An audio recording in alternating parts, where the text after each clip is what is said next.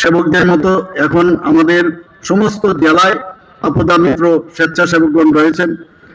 আপদা মিত্র স্বেচ্ছাসেবকরাও civil defence স্বেচ্ছাসেবকদের মতো দুর্যোগ ব্যবস্থাপনার জন্য একটি নিবন্ধিত গোষ্ঠীবদ্ধ প্রশিক্ষিত কর্মী বাহিনী।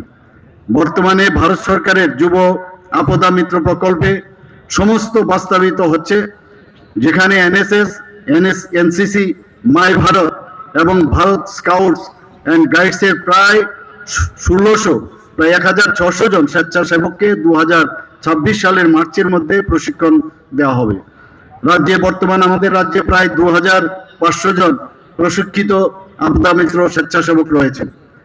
রাজ্যের স্বেচ্ছাসেবক, হোমগার্ডস এবং উদ্ধারী কর্মীরাও সারা বছর ধরে বিপর্যয় ব্যবস্থাপনার কাজে সক্রিয়ভাবে জড়িত। সিভিল ডিফেন্স এবং আপদা মিত্র স্বেচ্ছাসেবকগণ এখন নিয়মিতভাবে কন্ট্রোল রুমের দায়িত্ব, দুর্যোগের সময় উদ্ধার ও ত্রাণ কার্য, সাধারণ জনগণের মধ্যে সচেতনতা বৃদ্ধি ও দক্ষতা গড়ে তোলা এবং প্রশাসনের অন্যান্য প্রাসঙ্গিক কার্যক্রমের সঙ্গে আন্তরিকতার সাথে নিয়োজিত রয়েছেন।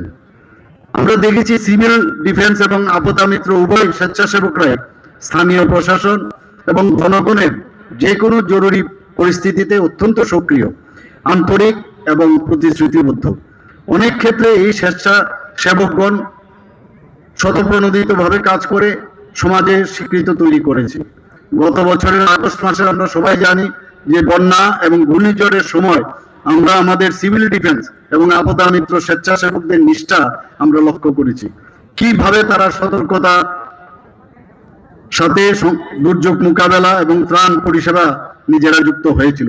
আমাদের প্রশিক্ষিত স্বেচ্ছাসেবকগণ মানুষকে উদ্ধার করা, বিভিন্ন জায়গায় ভেঙে পড়া গাছ এবং অবরুদ্ধ রাস্তা থেকে অন্যান্য ধ্বংসাবশেষ সরাতে গুরুত্বপূর্ণ ভূমিকা নিয়েছিল।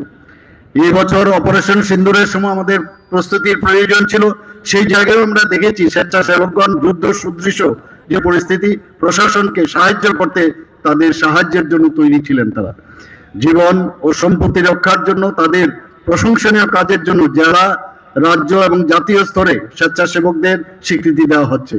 আমি সেই সব স্বেচ্ছাসেবক এবং প্রশিক্ষকদের অভিনন্দন জানাই যারা গত 1 বছরে তাদের অনুকরণীয় কাজের জন্য আজ পুরস্কৃত হয়েছেন।